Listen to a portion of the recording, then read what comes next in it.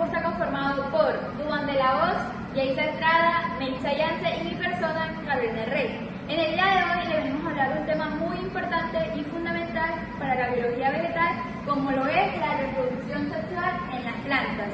Esto es un proceso biológico fundamental para la supervivencia y la diversidad de estas especies vegetales. Hola, mi nombre es Dubán de la Voz y a continuación les hablaré sobre la reproducción sexual en las plantas. La reproducción es el proceso biológico mediante el cual los organismos generan descendencia, asegurando su permanencia en la especie. En las plantas existen dos modalidades principales. Tenemos la reproducción asexual, que es donde un solo progenitor origina individuos genéticamente iguales, es decir, clones. Y tenemos la reproducción sexual, que es donde implica la formación y la unión de gametos, es decir, el masculino y el femenino. Estos producen descendientes genéticamente distintos a sus progenitores. Luego tenemos qué es la reproducción sexual en las plantas. La reproducción sexual vegetal se basa en tres etapas fundamentales que conectan la biología celular con el desarrollo del organismo y con su papel ecológico. Como primera etapa tenemos la formación de los gametos por medio de la meiosis.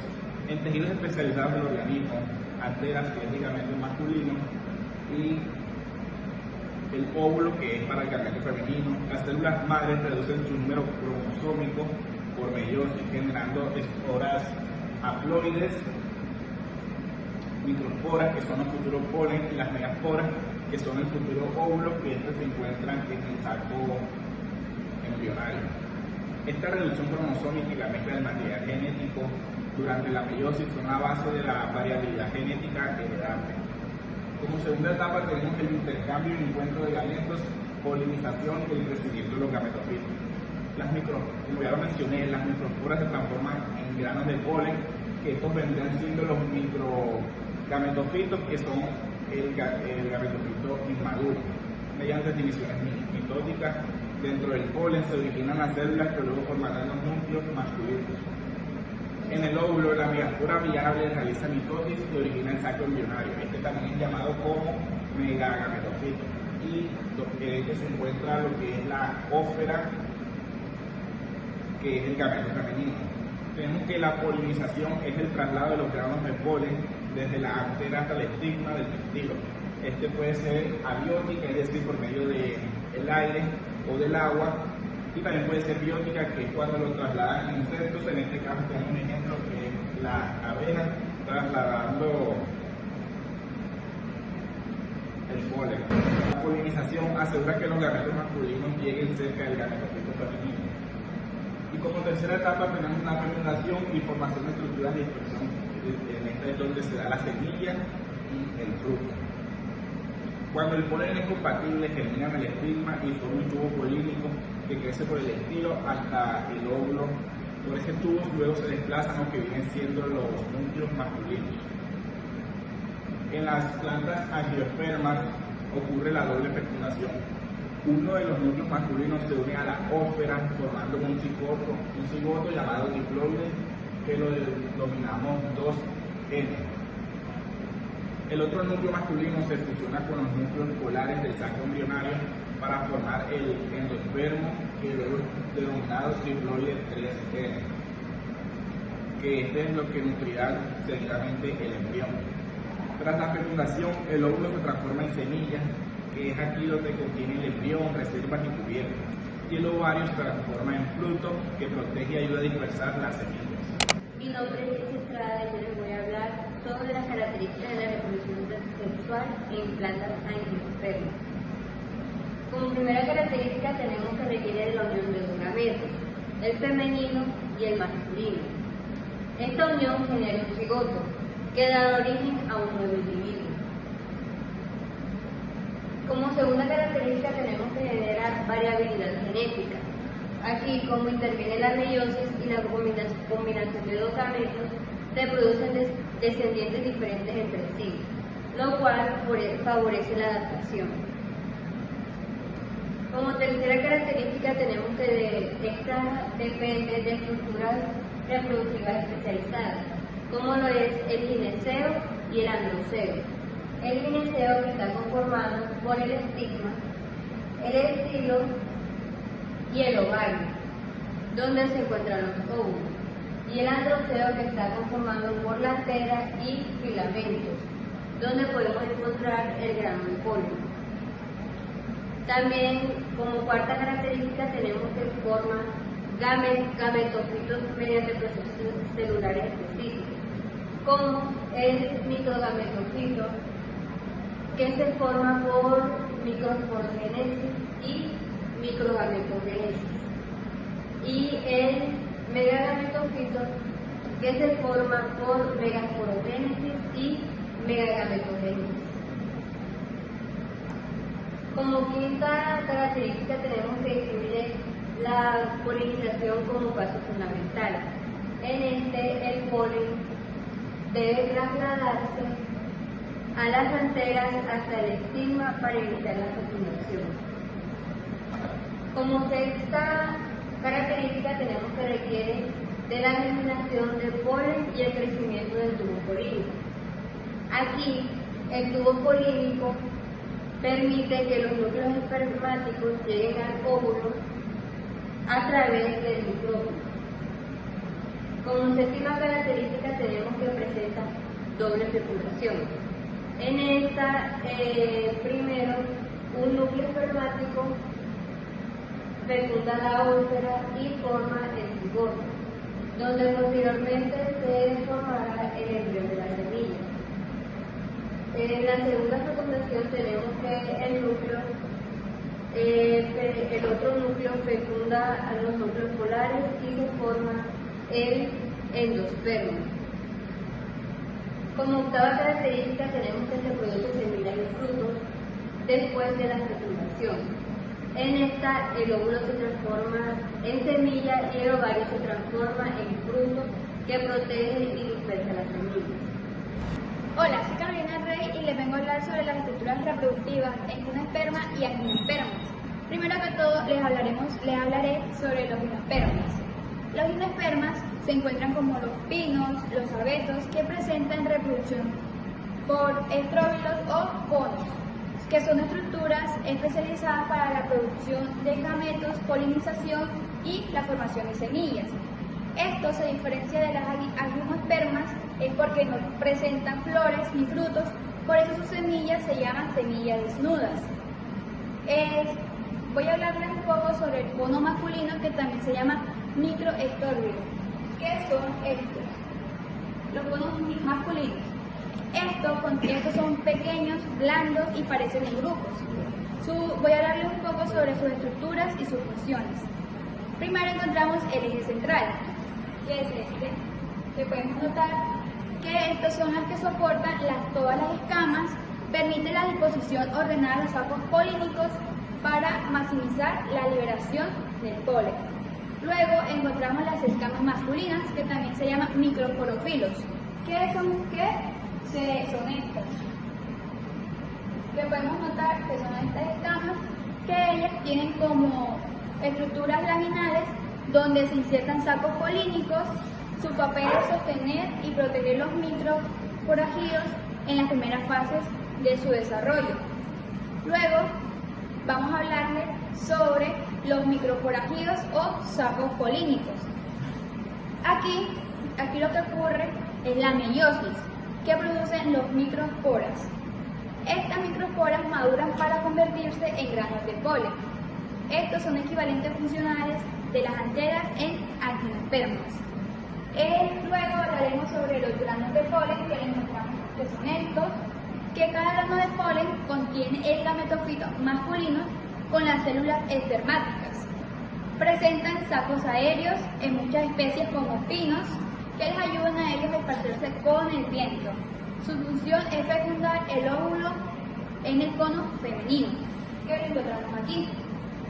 Ahora voy a hablarles sobre el cono femenino, que también se llama megatróbilo, que esto se ve que es más grande que el cono masculino, más grande, más duro, y puede tardarse meses o años en madurar.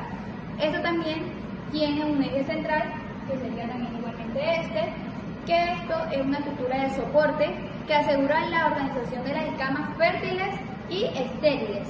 Luego encontramos las escamas ovuliferas, que también se llaman megaporofilos. que estas son las unidades reproductivas del cono femenino. En su cara superior sostienen los óvulos, abren y cierran dependiendo de la etapa. ¿Abren para qué? Para permitir la entrada del polen y se cierran durante el desarrollo de las semillas.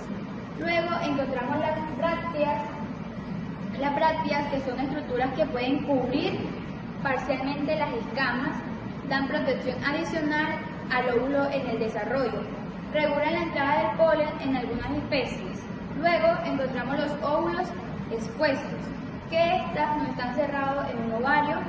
Cada óvulo contiene núcleo, que es el tejido nutritivo del gametofito femenino, el megasporangio, que producirá la megasporas, que es el gametofito femenino. Luego tenemos el microfilo, abertura, que esta zona es la parte apical del óvulo donde el grano del polen se adquiere. Esto permite la hidratación, germinación y formación del tubo polínico. Luego encontramos la semilla desnuda, que es aquí, que este es el resultado final, que no hay fruto que la recubra. La semilla queda expuesta entre las escamas del cono y listo. Luego vamos a hablar sobre los aginospermas, que los encontramos aquí, que los aginospermas presentan flores donde se localizan los órganos reproductivos masculinos y femeninos. La reproducción ocurre dentro de ¿dónde? Dentro de la estructura cerrada, que es el ovario. Ahí, por lo que estas semillas pueden ser protegidas dentro de los frutos. Luego tenemos las estructuras reproductivas masculinas, el androceo. Luego acá tenemos las estructuras reproductivas masculinas, que es el androceo, que lo podemos notar aquí, que estos están formados ¿por qué? Por estambres. Que los estambres lo podemos encontrar, que son estos. Ellos es una unidad reproductiva masculina que es más filamento y antera, que lo podemos notar aquí, la antera y el filamento. El filamento, que es un escaño del estambre. Su función es elevar la antera a una posición óptima para la dispersión del polen, ya sea por el viento, insectos o animales. Luego voy a hablarles sobre la antera, que la podemos encontrar que es aquí, que su función o su estructura es ancha, donde se encuentran los microsporangios, que su función que es producir el polen mediante la meiosis. Luego hablaré sobre los sacos polínicos, que serían los polen. Que se dice que cada antera contiene 4. Aquí se forman los microsporas que maduran en grano de polen, proceso equivalente al que los gimnospermas, pero dentro de una antera. Bueno, hablaré un poco también sobre qué es el polen, su función. El polen contiene el gametofito masculino. El angiosperma, el polen forma un tubo polínico más rápido, eficiente que en el gimnosperma. Luego hablaré sobre las estructuras reproductivas femeninas, que se llama el gineceo, que también es llamado pistilo o carpero. ¿Cómo está formado ese pistilo? Está formado por el estigma, que es este, el estilo, que es este, el ovario, que es este, y dentro del ovario vamos a encontrar unos óvulos. Bueno, el estigma es una superficie rectora del polen. Poseen sustancias pegajosas para retener ¿qué? Para retener los granos. Aquí se inicia la germinación del tubo polínico. Luego, el estilo es el conducto por donde crece el tubo polínico, asegura que solo el polen compatible avance hacia el óvulo. Luego, el ovario, que es este, es la estructura cerrada que protege los óvulos. Después de la fecundación se transforma en fruto. Luego, el óvulo, que se encuentra aquí dentro del ovario, que en cada óvulo contiene el esporangio femenino. Dentro se forma el saco embrionario con la célula huevo. Después de la fecundación se convierte en semilla. Hola, soy Melissa Yance y yo les hablaré sobre la formación de los gametofitos. La formación de los gametofitos es un proceso fundamental en la reproducción sexual de las plantas con flores. En este proceso se producen dos tipos de gametofitos: el microgametofito, que es el grano del polen, y el megagametofito, que es el óvulo. Ahora bien, la formación del microgametofito ocurre en las anteras dentro del saco polínico del androceo. Este proceso comienza con la microesporogénesis, que implica la meiosis de las células madres en las microesporas diploides. Esta meiosis produce 4 microesporas haploides que inicialmente permanecen juntas, formando así una tetrada. A continuación, estas microesporas se separan y comienzan a madurar, formando así 2 capas de pared, la exina y la intina. La exina es resistente y protege el grano del polen frente a condiciones extremas durante su transporte. Y la intina es una capa más delicada que está asociada a funciones internas y a la germinación del tubo polínico. Dentro del grano del polen se realiza una división mitótica que origina 2 células diferenciadas, la célula vegetativa y la célula generativa. La célula vegetativa se encarga de formar el tubo polínico cuando el polen germina en el estigma, mientras que la célula generativa se divide para formar 2 núcleos espermáticos, es decir, los gametos masculinos. El grano del polen es liberado a la antera y si llega a un estigma compatible, se hidrata y germina. La célula vegetativa origina el tubo polínico, por lo cual se desplazan los 2 núcleos espermáticos hasta el óvulo. El microgametofito, por lo tanto, completa su función de transferir los núcleos masculinos que participarán en la fecundación. Ahora bien, hablemos sobre la formación del megagametofito. La formación del megagametofito ocurre dentro del óvulo que está dentro del ovario del gineceo. El proceso comienza con la formación del óvulo, que se curva y forma los tegumentos, es decir, las capas protectoras. En el interior queda la nucela, que es el tejido central y donde se localiza la célula madre del megaspora. La célula madre del megaspora en la nucela se divide por meiosis, produciendo 4 megasporas haploides. De estas 4 megasporas, 3 se desintegran y una sola megaspora funcional continúa su desarrollo. La megaspora funcional experimenta 3 divisiones mitóticas sucesivas sin necesariamente se formen las paredes celulares completas, dando lugar en total a 8 núcleos haploides. De estos 8 núcleos se originan especialmente el saco embrionario, que al madurar presentan las siguientes células diferenciadas: la esfera, que es la célula huevo, las sinérgidas, las antípodas y los nucleopolares. El saco embrionario, con su esfera y sinérgida, queda en posición para recibir al tubo polínico del micropilo. Las sinérgidas actúan como una estructura guía y punto de descarga del contenido del tubo.